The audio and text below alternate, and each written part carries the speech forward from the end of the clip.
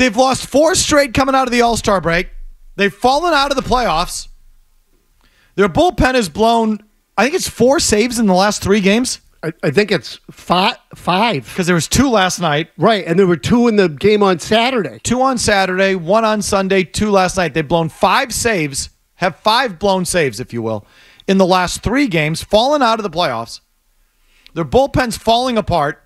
Their closer didn't make the trip because the ballpark's too high of an elevation. They had a 2-run lead in the extra innings, which they blew again. And Kevin Millar gives you some good baseball games there. They've 3 of the last 4 have been some good baseball games. One heck of a baseball game last night, he said. A lot to be proud of. That is just so bad. That is so useless. I don't know even where to begin. I'll begin here. It took Euclid, of all people, the grand poobah of useless nothing commentary, to say you've got to take advantage of your opportunities when you have them. Or did he say you hope that this isn't the one that you look back at the end of the year and say that's the one? Right. If you miss the playoffs by a game, you sit back and you go, we lost to the worst team in the National League with a 2-run lead in the 10th inning. When Euclid has to be the one to say it, you know you suck. Wow. You lose a game like that? You lose 4 games like that? And Millar says that's one heck of a baseball game, a lot to be proud of? Wow. Is that atrocious? No, Okay. It's what you tell a Little League team. Jesus. That's what you tell 9-year-olds when they're playing and they're trying because you want to build their confidence. That's what you're let alone a team that is now 8 games from the deadline and holding on for dear life, trying to convince its front office to add some talent to that bullpen, which, by the way, whenever the Red Sox want to act, feel free. Like, you don't have to wait till the 31st to add. You can act, especially if you knew your closer was going to be out of Colorado. You couldn't make a deal a week ahead of time. You couldn't preempt that one and get another arm in the bullpen for the series against the Rockies. Just get an extra body in there for the series that you weren't going to have Jansen when you knew he wasn't going to pitch there. Your other thoughts, Mouse? So look, it's slipping. It's slipping out of their hands. This is the part I'm worried about. That front office and ownership is waiting for an opportunity to say, well, don't look at us. We were ready to do it. I mean, we came out and said we were ready to add, but things have slid so much here in the last week, we can't now extend ourselves the way we were going to and do it in good conscience. We can't do it. They're looking for an excuse to back out.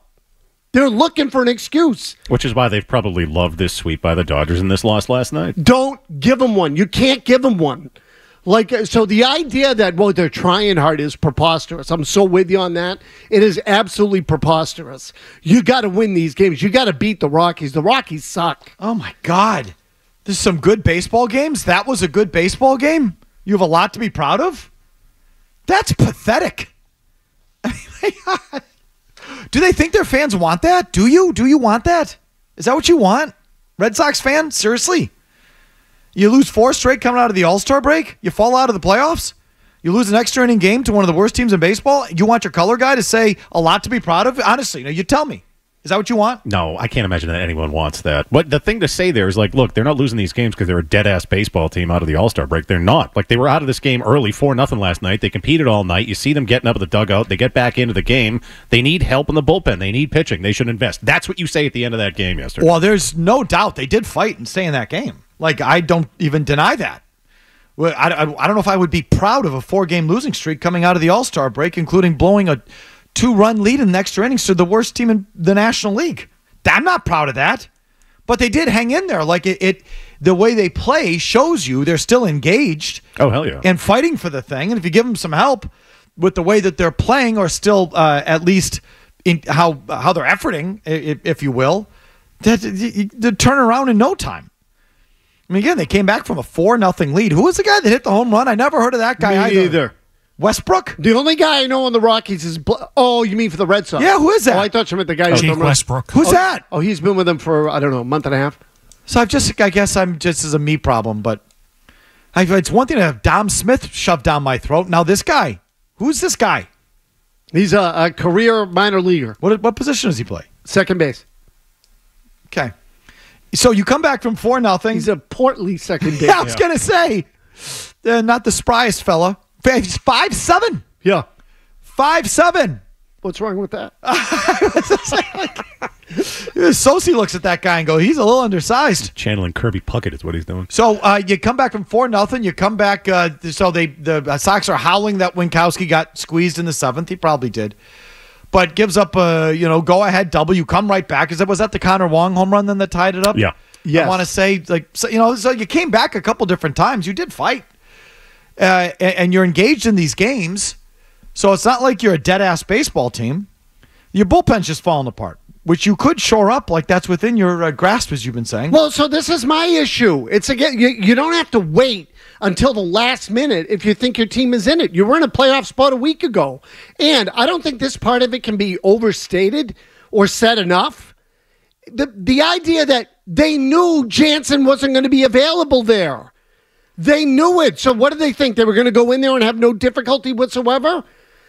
And then on top of it all, like as Murray was saying, Criswell's going to pitch tonight. How do you think that's going to go? With Colorado, with the thin altitude and the inability to spin the crap out of the ball. So give me a second on that. Okay, so one of the big complaints with Colorado from the very beginning is not just that the ball carries in altitude. It's that the balls get so dry and so slick out there, you can't throw breaking balls. You can't, thus the humidor and everything else, which has helped a little, but the same problem still exists. Just to back up again one step, if you don't know what Maz is talking about, they have a humidor out there like you would put a cigar in to moisten it up where they put the balls. They put the baseballs in a humidor out in Colorado, producing, thus, moist balls. Yes. Correct. So they try and moisten the balls. Yep, so you can get better grip on them.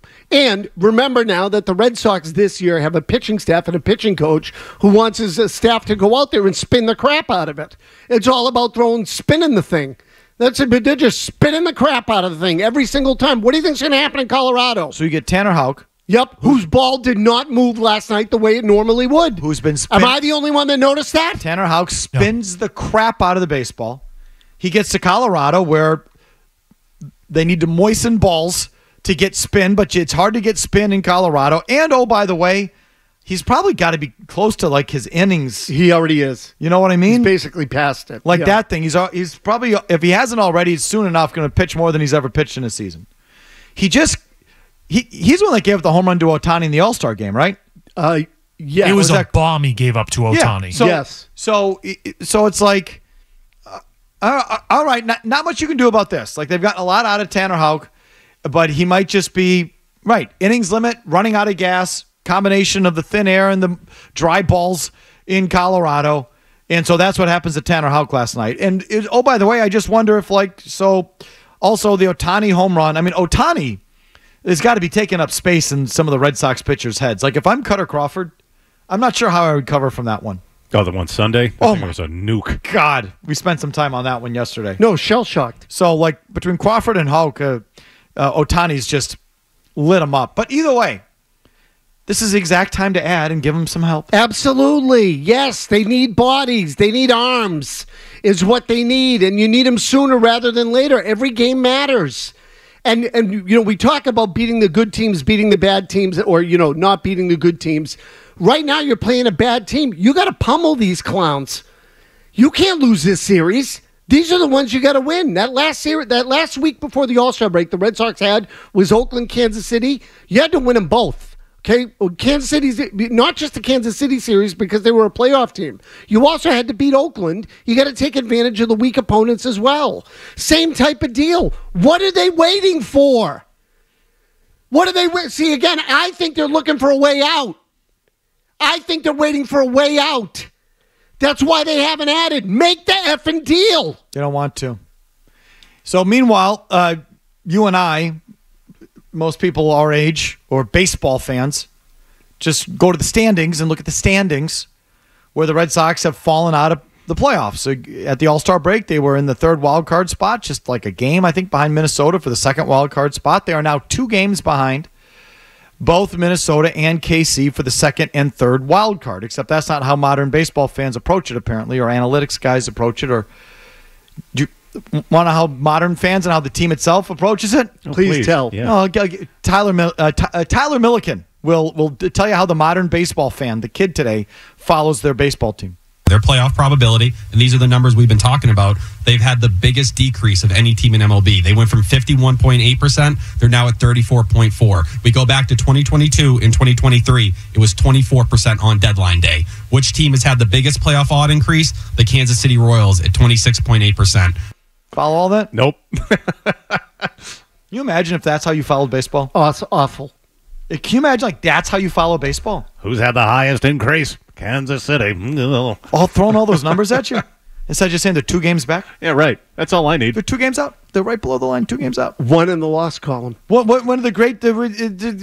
my childhood was spent grabbing the newspaper in the morning or in the afternoon, I'm that old, and going to the sports page and looking at the standings and seeing how far out the Brewers were. Now... What do they do? What do the kids do today? Their playoff probability, and these are the numbers we've been talking about, they've had the biggest decrease of any team in MLB. They went from 51.8%, they're now at 34.4%. How do you follow sports like that? These are the numbers we've been talking about. not me. These are the numbers we've been talking about. Nope. No. 2 games back, that's what I see. And these are the numbers we've been talking about. They've had the biggest decrease of any team in MLB. They went from 51.8%, they're now at 34.4%. 51 point. No, again, this is what he does. He doesn't look at the games back. He does the playoff percentage. They're not watching the games. Yeah, playoff They're just probability. looking at the percentages up and down. Correct. And these are the numbers we've been talking about. I don't know. I don't know anyone who talks like that. We go back to 2022 and 2023. It was 24% on deadline day. Which team has had the biggest playoff odd increase? The Kansas City Royals at 26.8%. Another way to say is you're 2 games back. And these are the numbers we've been talking about. It's much more interesting. Yeah. Because one in the loss column. If you win tonight and they lose tonight, you're tied in the loss column. You could look at it that way, or you could play now at 34.4. Right, play with yourself on the numbers, which you just can't quantify. The playoff projection thing is so stupid. I am sorry. 24%. These are the numbers we've been talking about. On the trade deadline last 2 years, 24%. Dumb as that. If it gets was down to 24% on deadline day. Yep, 24%. It was 24% on deadline day. On deadline day, 24%. If you like that clip, check out more videos from Felger and Maz here. For more Red Sox analysis and opinion, hit this playlist. And for all the latest from the Sports Hub, download the app at 985thesportshub.com.